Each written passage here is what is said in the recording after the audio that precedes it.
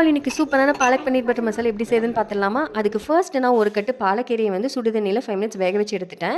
வேக வச்சு எடுத்த கீரையை நம்ம பச்சை தண்ணியில் உடனே கழுவிடணும், இல்லைன்னா கலர் சேஞ்ச் ஆயிரும். அடுத்து நான் பேனில் ஆயில் சேர்த்துக்கிறேன். கூடவே நான் 1½ டேபிள் ஸ்பூன் சீரகத்தை நான் ஃப்ரை பண்ணிட்டேன். அதுக்கப்புறம் பெரிய வெங்காயம், இஞ்சி, பூண்டு இதெல்லாம் நல்லா ஃப்ரை பண்ணிக்கோங்க. இது நல்லா ஃப்ரை ஆனதுக்கப்புறமா நீங்கள் தக்காளி ஆட் பண்ணிக்கோங்க. இதை நல்லா பொன்னிறமாக ஆகிற வரைக்கும் ஃப்ரை பண்ணிக்கோங்க. ஃபைனலாக வந்து நான் முந்திரியும் போட்டுட்டு இதை நான் மிக்ஸி ஜாரில் ட்ரான்ஸ்ஃபர் பண்ணிக்கிறேன்.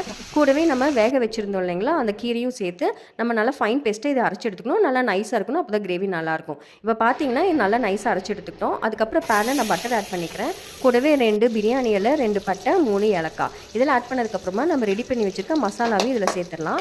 அதுக்கப்புறம் நான் காரத்துக்கு பார்த்தீங்கன்னா வீட்டில் நம்ம ரெடி பண்ண மிளகாத்தூளை நான் 2 டேபிள் ஸ்பூன் ஆட் பண்ணுறேன்.